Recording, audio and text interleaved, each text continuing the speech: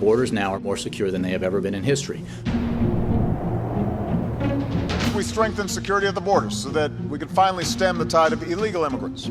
The borders are as porous as a sieve. What we're seeing is a kind of breakdown border. Tens of thousands streaming across the border from Central America. Our federal government has opened our borders and said, here we are, come on in. The actual number that is crossing is unknown. They're coming through us and they're coming to Middle America. What is happening on the border of our country today is going to be the interior of the United States tomorrow.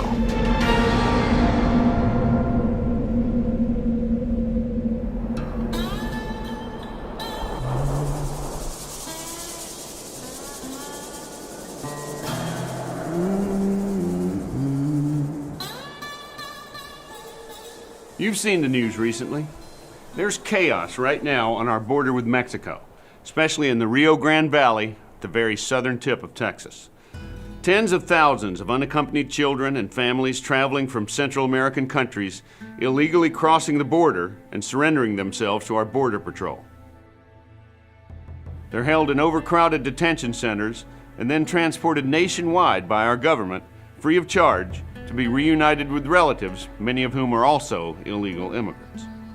Washington calls it a humanitarian crisis, but that's only a small part of what's going on, and most politicians refuse to tell us the whole story. That's where we come in.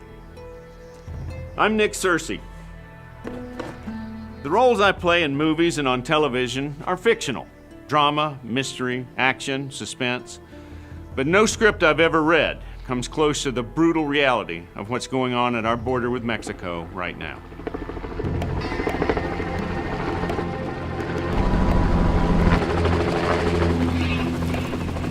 The border is nearly 2,000 miles long and is the most frequently crossed international border in the world, with about 350 million legal crossings being made annually.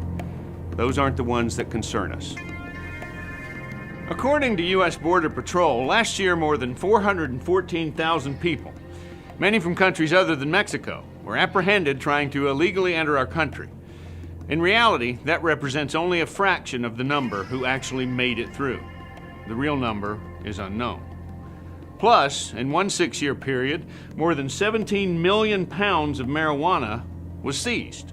And since 1998, over 6,000 bodies of those who didn't make it across have been discovered. The images you've seen on the news are meant to divert attention away from the realities of our unsecured and unprotected border. We wanted to cut through the fog hanging over this problem. So we went to the border, and we saw for ourselves. This isn't just about children. Far from it. There is a border crisis, and you need to know the truth about it. Our camera crew traveled with law enforcement officers, sheriffs, and Border Patrol agents from Texas to Arizona.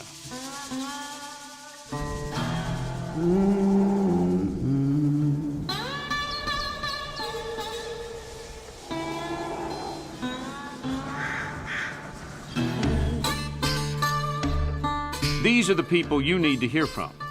These are the guys in the trenches, the guys on the front line, the guys who deal with the problems every day and know how to solve them.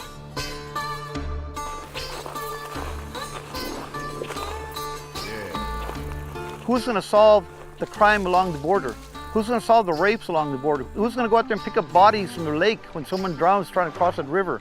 U.S. government is not going to do it. U.S. government's already said that's a local responsibility. At the end of the day, the sheriff's office gets the first phone call. We're responding, no matter what. They don't call the FBI, they don't call the National Park Service, they call the sheriff's office. I am proud to be a law enforcement officer and have served my country and my county for 30 years. I have worked among great men and women who have done the same thing and had a real servant's heart to protect people in this country.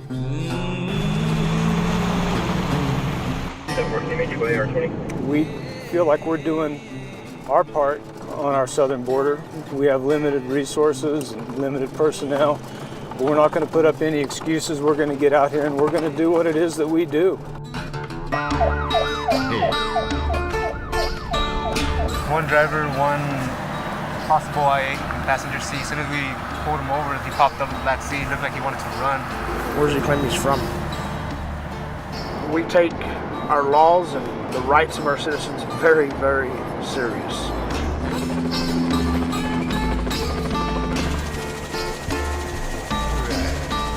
There's a lot of good dedicated efforts at a local level, and even the federal agents, Border Patrol and Customs, we have a good relationship with them. The issues doesn't lie here, it lies with the policymakers in Washington, D.C. You know, I've been watching a little bit on C-SPAN, and a lot of them folks up there don't have a clue. And I just want to invite them to come to the border, travel all the border to get a true picture.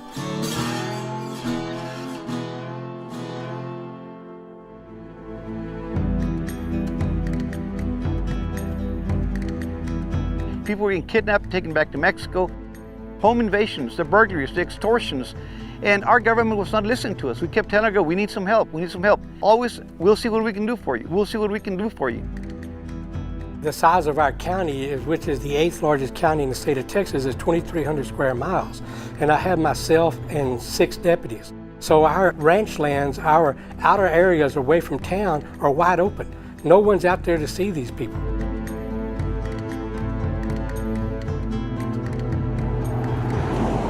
One of my deputies has a vehicle stopped that has what we call one-on-one, a U.S. citizen driver and an illegal alien in the vehicle that he's probably smuggling into the United States. All these county sheriff's departments are underfunded, they're undergunned. They are expected to help control illegal aliens across the border. That is not supposed to be their job.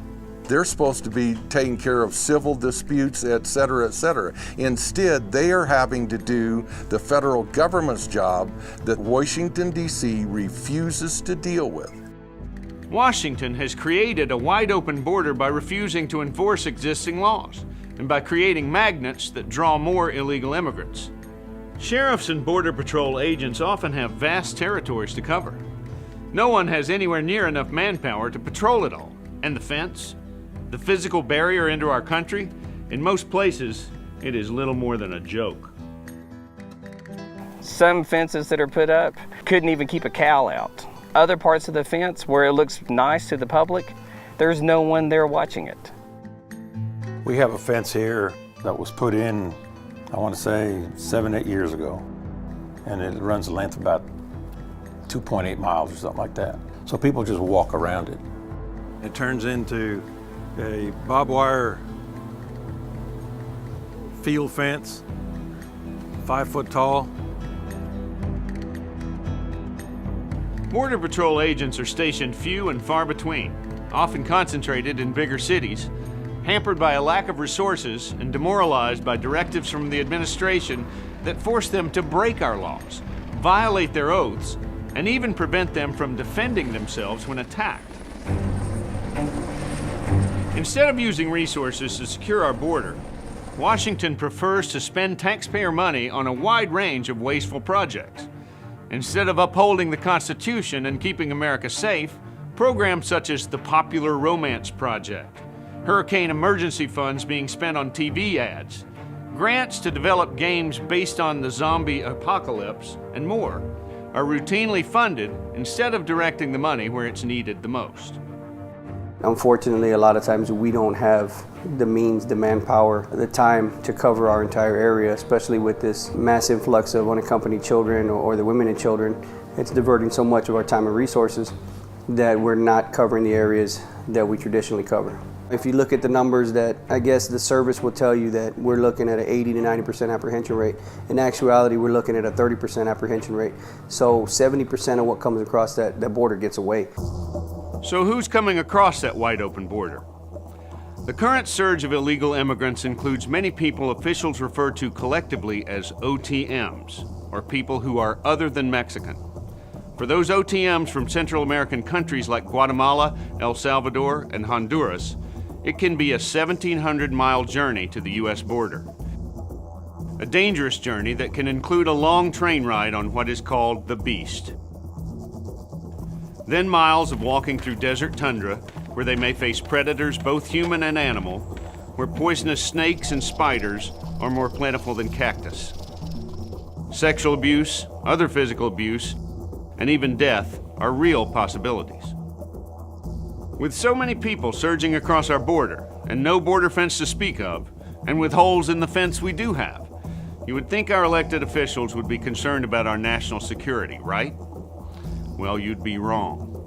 Instead of making it harder for people to enter secretly and illegally, our federal government is doing just the opposite. The Deferred Action for Childhood Arrivals, or DACA, was a directive signed by President Obama on June 15, 2012, without approval from Congress.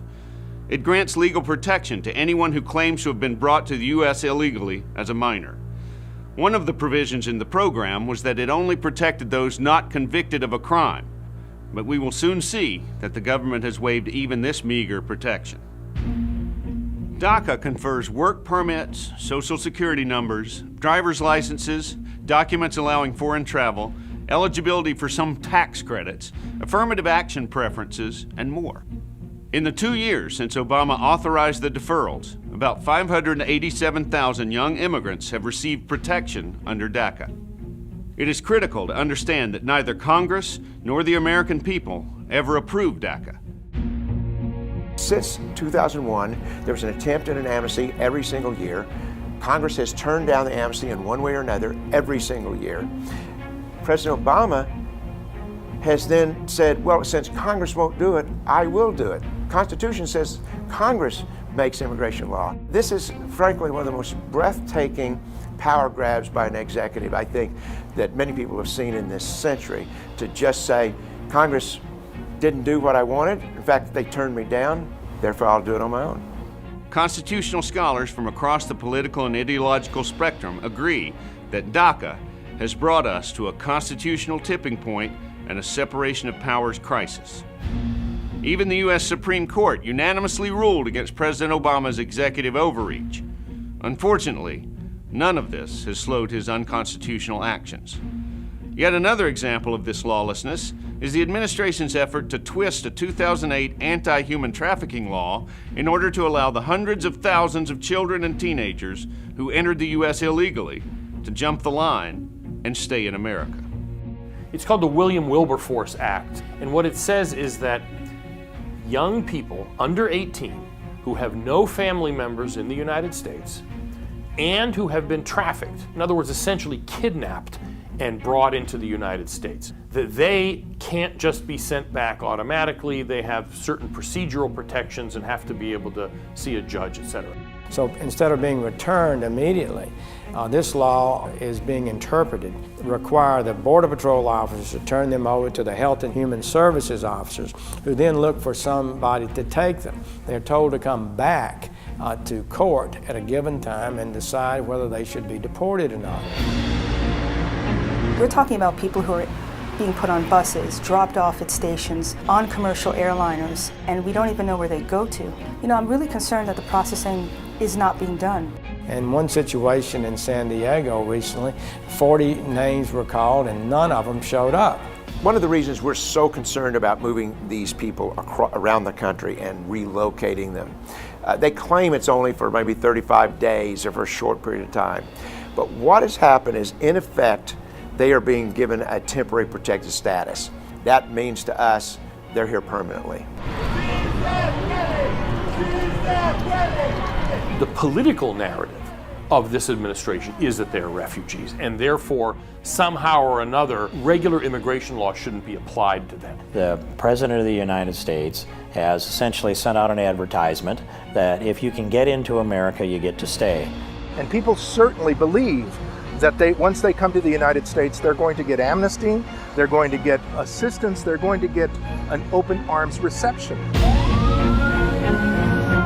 Once we apprehend somebody, once we arrest somebody, it's taken from our control. It's given to ICE and ultimately Health and Human Services, and they just do whatever they're going to do, and there's nothing we can do about it. And it doesn't seem like they actually have a grasp on the severity of this situation. The border is more secure now than it has been ever. We know that the terrorists who attacked us on 9/11 committed what's known as immigration fraud. The aliens who attacked us gamed the visa process, gamed the immigration benefits program. Mike Cutler is a former special agent with the Immigration and Naturalization Service and has been involved with immigration law enforcement for more than 30 years. The 9/11 Commission was very clear about how immigration played a pivotal role in the attacks. Once terrorists had entered the United States, their next challenge was to find a way to remain here. Their primary method was immigration fraud. Terrorists in the 1990s, as well as the September 11th hijackers, needed to find a way to stay in or embed themselves in the United States if their operational plans were to come to fruition. This could be accomplished legally by achieving temporary worker status. Look at the 9/11 Commission and what they said about immigration benefits, temporary work permission. That's what DACA is. So here we have a clear warning from the 9/11 Commission that was convened to find out what went wrong so it wouldn't happen again. And now there is a program in place that blithely ignores the failings that enabled the terrorists to enter our country and attack us. If you want a criminal activity to stop, you impose penalties. Here we're providing every possible incentive. If people believe that there's an amnesty coming, it's going to make people, one, more desperate to get here, and two, once they get here, more desperate to get away. We're seeing more assaults on our agents. We're seeing a lot more gunfire coming from the Mexican side.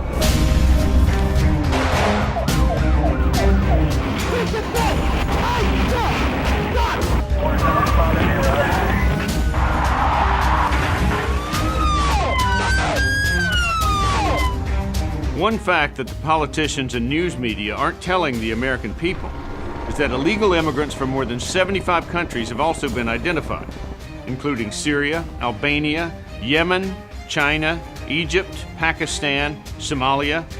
Even people from nations currently suffering from the world's largest Ebola outbreak have been apprehended attempting to sneak across the wide-open U.S. border.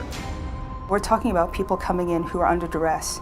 They've traveled 1,700 miles, they're malnourished, they're dehydrated, they've been in conditions that breed infection. They're bringing over contagious diseases, which can affect everybody that they come in contact with.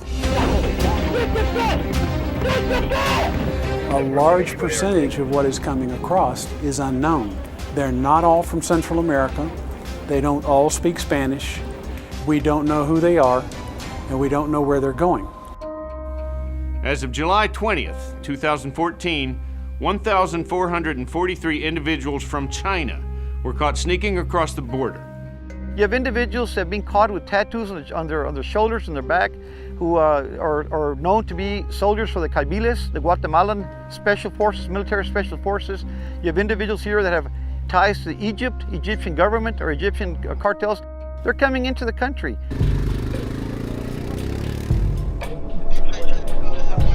The drug cartels take advantage of presidential directives like DACA that invite people to illegally come across our border. The cartels are controlling who comes over the border and where they come across. There's nothing saying that these people coming across couldn't walk across the bridge, and it would probably be easier for them. They wouldn't have to go through the mess they go through.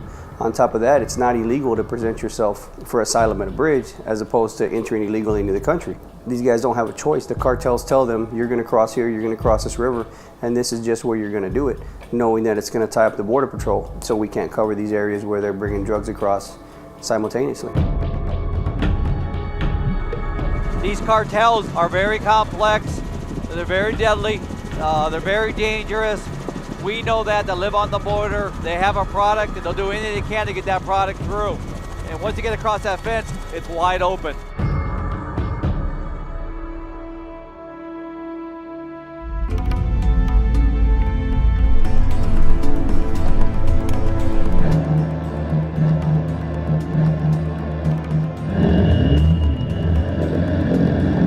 There's really nothing random out here. What may appear to be a piece of trash left on the road, a discarded bottle, stacked rocks, a string tied to bushes, serves as markers for smugglers, either as a trail or as a point of interest for something that they've put there. All the way around this one are carvings in this metal tank of people that have passed through here. We have a 13 right here, 13, which is often associated with a street gang. All the way around the tank, they've marked their passage through this area. They're living in the communities, they're living in the nicer communities. and they are operating on our side of the river. Most of them are trying to link up with our major highway system in the United States, whether it be I-10, whether it be I-25 going north towards Denver, whether it's I-35 coming north from Laredo into the central part of the United States, or whether it's I-40, you have access to the heartland of America. You have these cartel violent gang members. You hear about it in Atlanta, Georgia. You hear about it in Ohio. You hear about the cartel members that are already in our country. Their intel is better than our intel, and I think they know when we're out here because we just haven't had those contacts. Where if you go south into the Boot Hill country, it's like the Wild Wild West. We had 50 caliber rounds that were fired from the Mexican side into our side. This is a 50 caliber shell, and the bullet out the end is pretty substantial. If you see, so if somebody fires one of these, they don't mean for you to get near the river where they are. They'd have no compassion. They don't care who they're messing with. It doesn't matter if you're Hispanic, if you're white, if you're whatever, it doesn't make any difference. If you take your money, they own you, and if you work for them, you do what they say, and if you don't, you're gone. It's bad enough that the cartels pose such a huge threat on the border, and that people think they can get a free pass into the country at any time they want to. But as you've seen, what's even more troubling is the fact that our own government is making the problem worse. This area we're at right now is one of what the federal government calls a protected area. They opened up the fence wide open during our rainy season. They're afraid that the water pressure will damage the fence. A few days after they opened it up, about a month ago, we had 3 truckloads come through full of marijuana. I think there's about 1,700 pounds of marijuana come through there. These are very vulnerable spots. This is a Mexican truck that backed up to these openings to smuggle bundles of marijuana through for mules, and then he got stuck trying to get out. The minute it rains, it's ollie ollie oxen free. Everybody load up in vehicles and head for the big cities because nobody's gonna stop you. Right behind me is a marker. It's an international marker. That separates the United States and Mexico right there. Just past that marker is Mexico. And we've been here now for some time. It's 2 o'clock in the afternoon. As we can see, we've had nobody come to check to see what we're doing. You can see the way up here, nothing has happened. You know, it's the open border. We're trying to secure this border, and at the same time, they're cutting the agents' hours. If you're creating gaps in our coverage, obviously that's when people are going to cross because they know when we're coming on, they know when we're going home. Who is the real problem? Is it the person that's bringing the drugs across the border, or is it the administration that's helping them do it? It puts the local people in a very bad position. I've been dealing with this for 24 years. Because of lack of border security, 50% of my time on this ranch is spent fixing things or checking to make sure everything is okay. As far as you can see, we're looking at Mexico.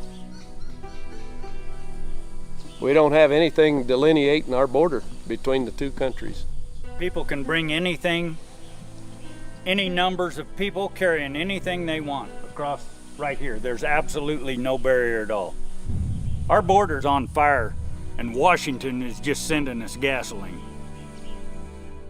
The story is the same, from Texas to California. Pick any county that's right on the border or even close to it.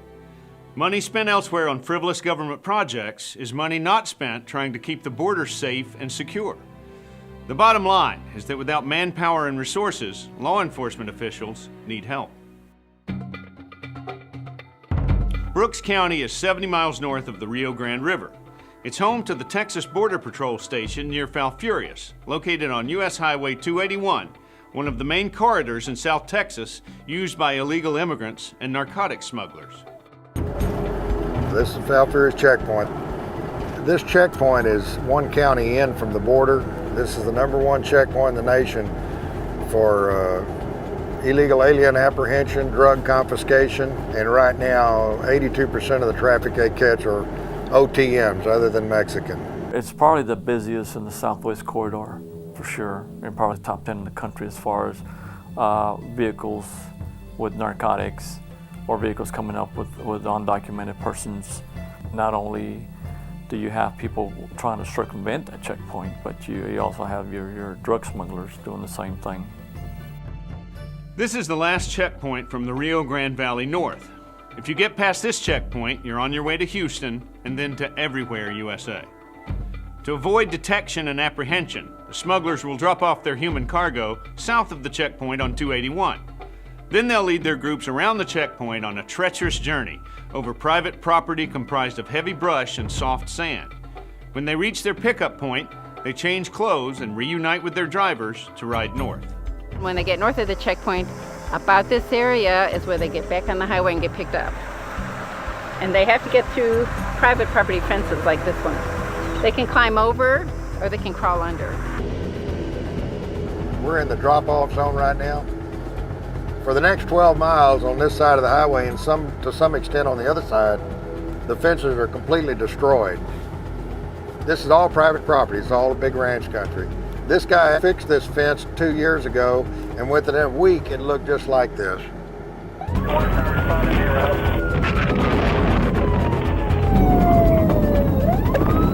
mean, there's complete lawlessness going on out here on all this private property. People being murdered, a lot of rapes, houses being burned down, ranchers being run off their property. It's almost like living on the border. In fact, it's even worse.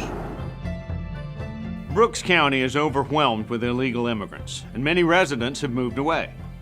Fewer residents and little to no backup from the federal government means that basic services like law enforcement have even less funding, but are expected to do more. An exodus of residents and businesses lowers the tax revenue for safety services even more. We're definitely understaffed. We're not at all close to being equipped. We definitely need boots on the ground. We definitely need better communications and technology where we can go be more proactive than what we're doing. We're just reacting to the circumstance. Right now, the Sheriff's Department can afford to post only one deputy per shift to cover approximately 1,000 square miles of the county. Law enforcement officers from surrounding counties help by volunteering. Sometimes it's overwhelming, all the stuff we have to do, but it's just our work. That's the line of work we have to do. There's a little campground where the illegals use after they circumvent the checkpoint. They usually hide here for a few hours, they eat, and they get dressed before they're picked up here behind. Some of these water jugs, they weren't here last week. Some illegal immigrants don't make it to their pickup point to rendezvous with their smuggler. It's a long journey through the brush and rough terrain. In the last 68 months, 448 bodies have been recovered in Brooks County. Many more go undiscovered. Our vegetation is thick to where if you walk within the vegetation, you're not going to really get any type of breeze. You're not going to get air. You're going to feel suffocated. A few turnarounds, you're not going to know where you're at. You're going to end up right back in the same place. If you don't know it, if you're not equipped to do it, you're going to have problems. We see the damage it does. We see what this weather can do to you. You think a sunburn on the beach is bad? You ought to see the bodies we pick up. Helping the coroner put a dead body in the bag, it's a experience. The smell stays behind you in the back of your nose. The thing about the smell is you don't get accustomed to it because it's always different. Be careful where you step as far as the location, because when the body bursts completely. I stepped on the oil and the oil stuck to the boots and penetrated, and you couldn't get it. You can't get that smell out of the boots, so I had to throw them away. 31 years old, a very good looking young lady in her picture. Not at all as to what she looked like when we recovered her. Her hands were still intact. She still had her wedding ring on. Brooks County is wrestling with a very serious and dire situation.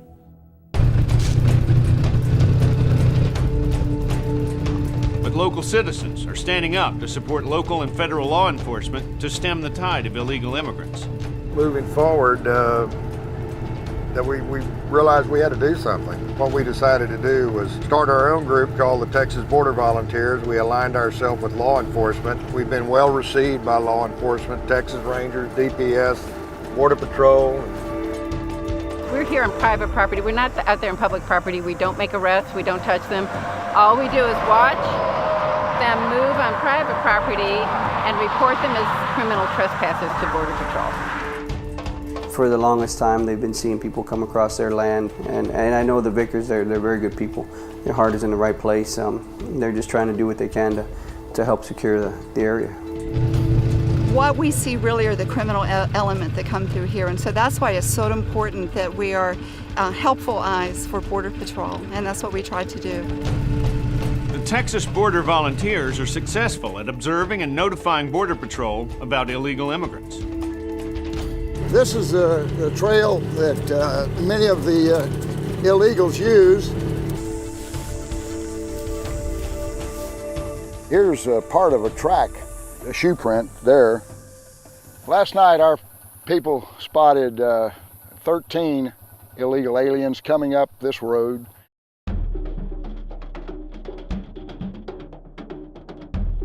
And when they got here, they got a little too close. Our people, for their own safety, lit them up. And when they turned the light on, they ran. 7 of those were captured by Border Patrol. And then this morning, we found out that they had captured an additional 5. So meaning that 12 out of 13 were captured. Those that are looking for jobs are giving themselves up as they cross the border. The ones that are coming on up here normally are those that have criminal records, or they're what are known as SIAs, or special interest aliens. Special interest aliens come from countries known to sponsor terrorism. All of these people coming in here, and we don't know why they're coming in here. I mean, coming in here from all over the world. This is an emergency station. This is about a $60,000 investment by our federal government to help these people that are being smuggled through here. If they get left behind or if they get sick, they can come up and push this button. The message is given in English, Spanish, and in Mandarin Chinese. Last year, during one of our border operations, we identified a group of 10 coming out of a ranch on a known trail. As they went over the fence, one of them dropped this out of his pocket. This is an Urdu English translation dictionary. Urdu is spoken in Afghanistan and in Pakistan. It's the national language of Pakistan. A lot of different phrases throughout this book circled and marked, and no question. One of them was communicating with some people from the Middle East, and they got away. The drug and human smuggling in Brooks County is orchestrated by the Mexican cartels, who exact a high price from their human cargo. Many of those people are really indentured servants. They're having to pay off that debt to the cartels for getting themselves being brought into the United States. And they may have to work 20, 30 years to pay off that debt. This is a whole underground profiteering. In Houston area alone, we had 34 illegal brothels open up, and these are being worked by Asian women, Hispanic women. They will often ask, what city am I in? They don't even know where they are. They're really slaves. And somebody is making a lot of money off of these people, and that's the humanitarian crisis. Let me tell you, there's a section of ranch country that the cartels own on the U.S. side. And they don't own it by occupation, they own it by intimidation. The ranchers there will not call the Border Patrol or law enforcement when they see human smugglers with leading groups of humans through their property. The cartels know where their wives shop, and they know where their kids go to school. Some of their neighbors have called law enforcement and gotten a call later in the day or maybe the next day, and that caller will say, if you call the Border Patrol again when you see people on your property, we're going to come back and kill you. And so the cartels control that property, and it's moving north.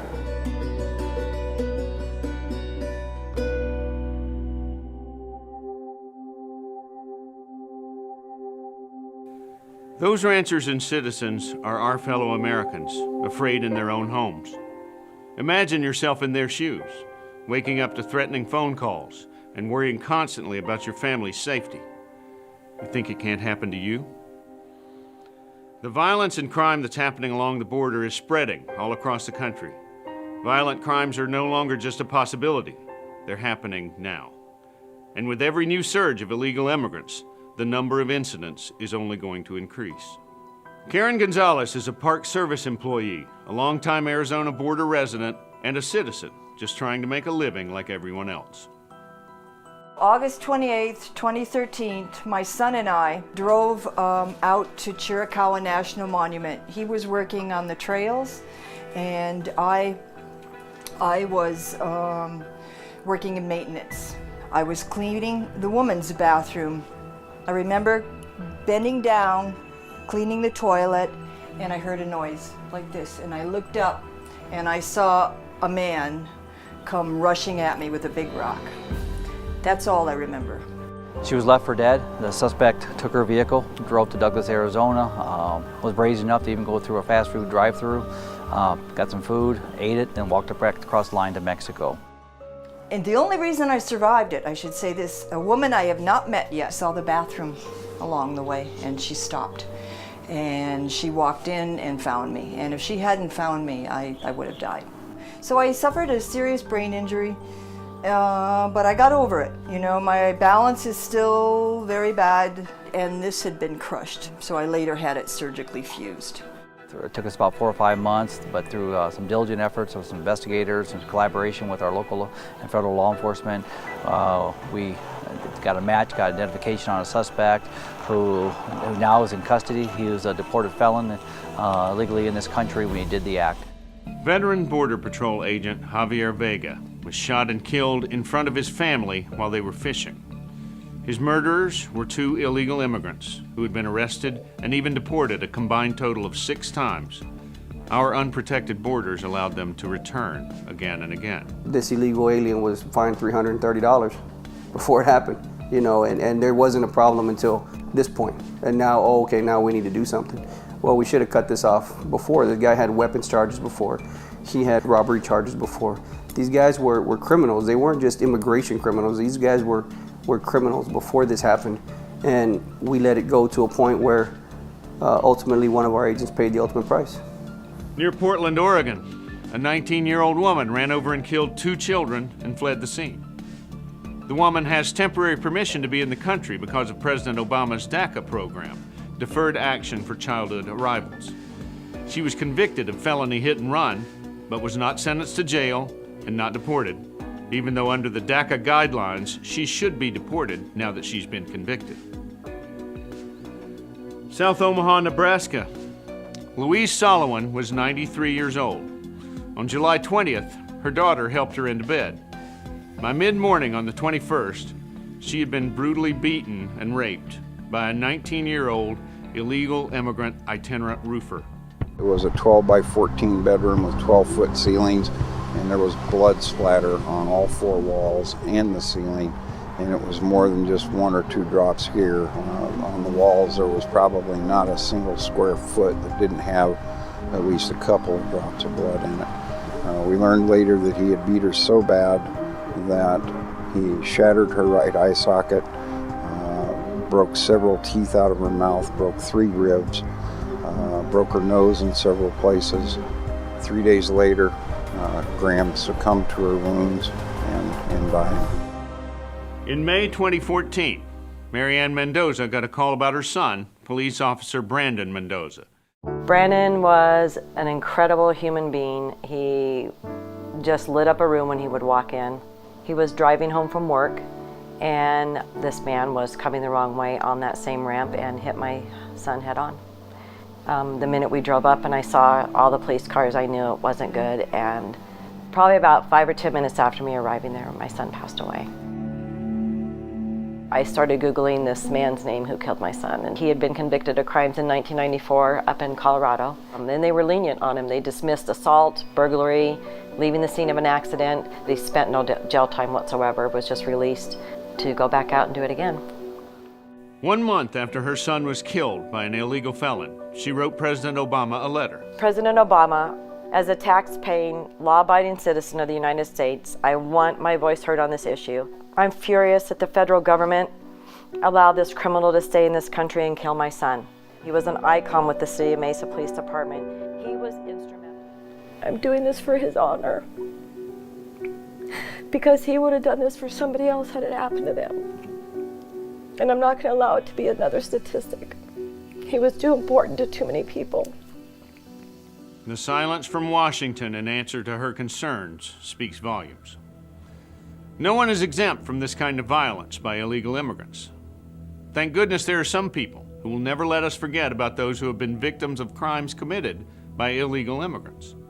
Maria Espinoza is the director of the Remembrance Project. Her organization honors and remembers Americans who have been killed by illegal immigrants. The Stolen Lives quilt is a visual memorial for the victims. It also helps raise awareness about what is taking place and how egregiously our legal citizens are being treated. It's a powerful reminder about how our fellow citizens could have been protected, but were not. It is, all Americans, black, white, rich, poor, mom, dad, a 5-year-old, 2-month-old baby. It's not discriminating. There is a huge price to be paid for us not enforcing the law.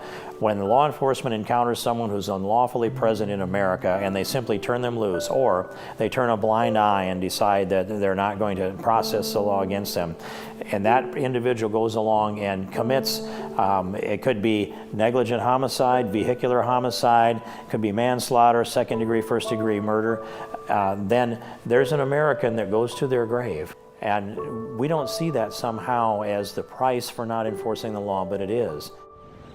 Obama was speaking in Texas. As I listened to the newscast and realized he refused to go down to the border, it made me mad thinking he's just not in touch with reality. And unless he goes down there and sees this with his own eyes, and sees the grief and sees the hurt that this sort of problem has caused individuals, he has no clue what this is all about. The presidential oath of office says the president will preserve, protect, and defend the Constitution. Article 4, Section 4 of the Constitution states, "The United States shall guarantee to every state in the Union a republican form of government, and shall protect each of them against invasion and against domestic violence." If the President of the United States can be disrespectful for the law, why should not some illegal alien crossing the border? There are dozens of immigration laws on the books already that are not being enforced or implemented by the Obama administration. The Secure Fence Act of 2006 required 700 miles of double-layer fencing along the southwest border. It passed overwhelmingly in the Senate, 80 to 19, including with the support of then-Senators Obama and Biden. According to U.S. Customs and Border Protection, only 36.3 of the 700 miles of double-layer fencing have been constructed on the southwest border to date. 8 laws have been passed requiring a biometric system to track when and whether a foreign visitor with a temporary visa leaves this country. 40% of illegal immigrants have overstayed their visas. Now, you've seen how the lack of enforcement of even our current laws has allowed illegal immigrants to bring violence into our country. Unfortunately, that's only the tip of the iceberg. One thing that people don't think about when they're looking at the surge of all these people coming up, those children are going to have food stamp benefits, Medicare, Medicaid expenses. You're going to have school expenses, and since they don't know English, you're going to have non-English teaching expenses. That's draining your educational system. That's draining your defense, attorneys. That's draining your public schools. That's draining just about everything you could possibly think of. You have more people going on welfare. You have more people needing assistance. When you bring in massive numbers of people and you put them on welfare, that means that national debt continues to go up. More people are dependent upon government than are contributors to government. The president has put us in a power dive into the third world. The government data shows that since the year 2000, all of the growth in jobs in this country have gone to foreign-born. Millions more Americans have turned 18, have been added to the workforce. There's not been one extra job for Americans since the year 2000. We don't have a shortage of workers, we have a surplus of workers. We have a shortage of jobs. It's not in the national interest to bring in huge numbers of workers at a time when wages are falling and jobs are hard to get. And Peter Kirsanow, who's a member of the U.S. Commission on Civil Rights, he has made clear in repeated articles that immigration, as they're planning and they have proposed, will hurt African Americans the most. Illegal immigration has a disproportionately negative effect on the employment and wage levels of low-skilled Americans, specifically Black Americans. So the last thing we should be doing is doubling the number of people coming into the country to take jobs, allowing our lawful system of immigration to collapse. The rule of law coincides with being a humanitarian, but understand that the humanitarian instincts have to care for Americans first. We can't take care of our own people if we keep on driving down the wages and displacing American workers. It is intentionally turning America into a third world country. And you look at other things that are happening in the political element, like health care, the control of our public lands, interference with enforcing the immigration laws. It is done in violation of law. That's turning America into a lawless country. And since we're a country of laws, that is turning us into a failed state. We haven't even begun to scratch the surface of the ways an open border will fundamentally and negatively transform our country. What incubates at the border, the crime, the economic hardships, the wanton disregard for the law, even diseases, are being imported and spread to every state, every county, and every town in America. These immigrants are being brought everywhere into the country. Georgia, Maryland, California, up to Maine. And everybody that they're coming in contact with potentially could be affected. There was a story from Maryland how parents got letters sent home from their school saying that their child had been exposed to an illegal immigrant child who had tuberculosis. That's going to be repeated. So this is not something that people should think of as being, oh, it's just happening in Texas, it doesn't affect me. And everybody is just being put at risk.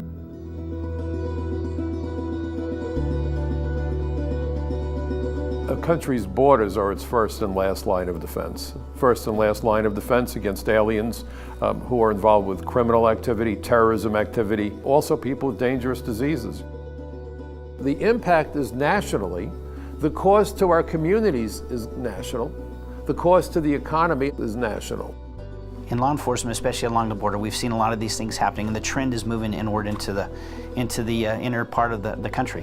When we see those kinds of things happening here, there's no reason to believe they're not going to happen elsewhere, and those things are moving further into the communities in our inner cities and everything else. And the things that we've dealt with here for years, it's definitely going to become worse. Either we come to the conclusion that America's national security is the priority, or we will face dire consequences. On 9/11, when that attack took place, and the ashes landed on my home, and my neighbors came out crying, this gets me to this day.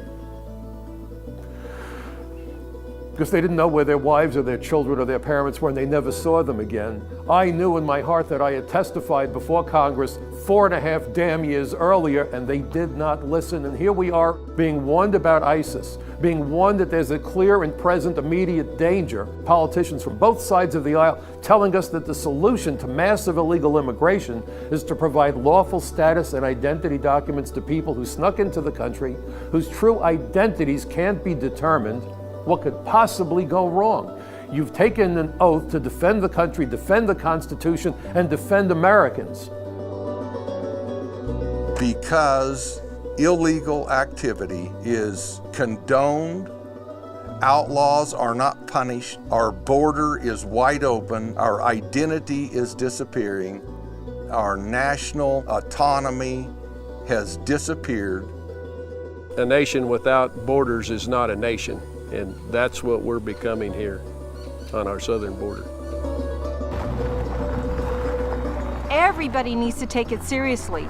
We know because we've been here on the front lines for lots of years. But we are here to tell you that live in Middle America, it is coming to you. And until it affects your children, and when it does, it might be too late. So you'd better wake up right now, because this is an issue that is not going to go away. Washington's promise to illegal immigrants is a life in America without consequences, and that's simply not the truth. What we are seeing on our border today is neither moral nor compassionate. It is neither moral nor compassionate to encourage parents to send their children off to embark on a life or death trek with an uncertain future. It is neither moral nor compassionate to put children at risk of bodily injury, disease, or possibly even worse, life as a gang slave. It is neither moral nor compassionate to put our own hardworking American families at such risk. This young Honduran woman was brought to the border by a human smuggler. She couldn't keep up with the others, abused by the environment, ripped by the mesquite, and dehydrated. So she was simply left to die.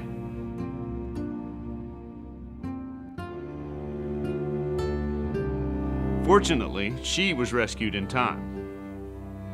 Can we say the same for America?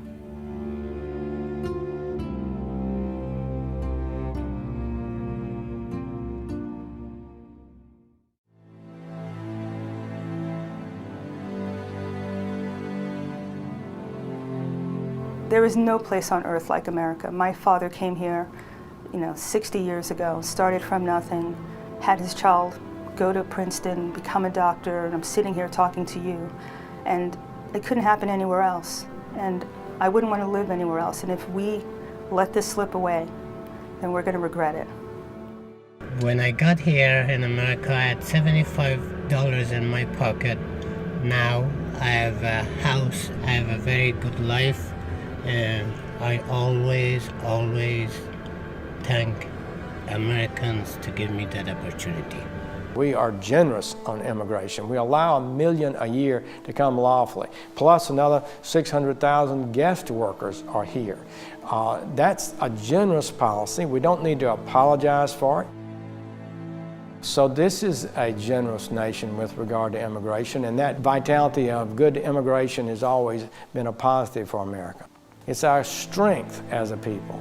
We just don't do anybody a favor. It's not compassionate to bring in millions of people, millions, who don't have work to do, are going to struggle to get by and not live a healthy life. America has always been a beacon for those that want a better life, and it still is today. There is already a legal path to citizenship for those wishing to immigrate to the United States. Anyone who decided to get off that path and enter the United States illegally should not be given any sort of amnesty. That is neither fair nor equal treatment under the law. There are people who have stood in line, who have done everything that was requested of them to come to this country legally. I don't understand why we would have rules in this country if we're not going to enforce them. We've lacked the will. We always get close to taking the final step, but we never take the final step that closes the loop, that ensures accountability and enforceability. We have to enforce the laws that are on the books. We have to allow the people who are responsible for immigration, Border Patrol, ICE, HSI, those organizations have to be able to do their job in accordance with the law and not just political policy. If you're really serious about shutting down the border, then fund local law enforcement. Local law enforcement knows who's involved. Local law enforcement knows the area. If we enforce the laws that we had, if we did 100% detention, 100% removal, this would stop, and we know it would stop because we've had this in the past. In 2006, we were getting hit with record numbers of people coming in from countries other than Mexico, and we were apprehending them, we were releasing them on their own recognizance, never to come back. And then we put into what was called an expedited removal, where it was 100% detention, 100% removal. Literally in 3 days it dried up. Once word got back to the home country that we're not going to release you, it was like turning off a faucet. People just stopped coming. It starts with our borders, it continues with interior enforcement, and it's about sending a very clear message to people around the world. We are a country of laws. We are serious about our laws, and there will be consequences for those people who don't abide by those laws. It's not about being left or right, but about being right or wrong.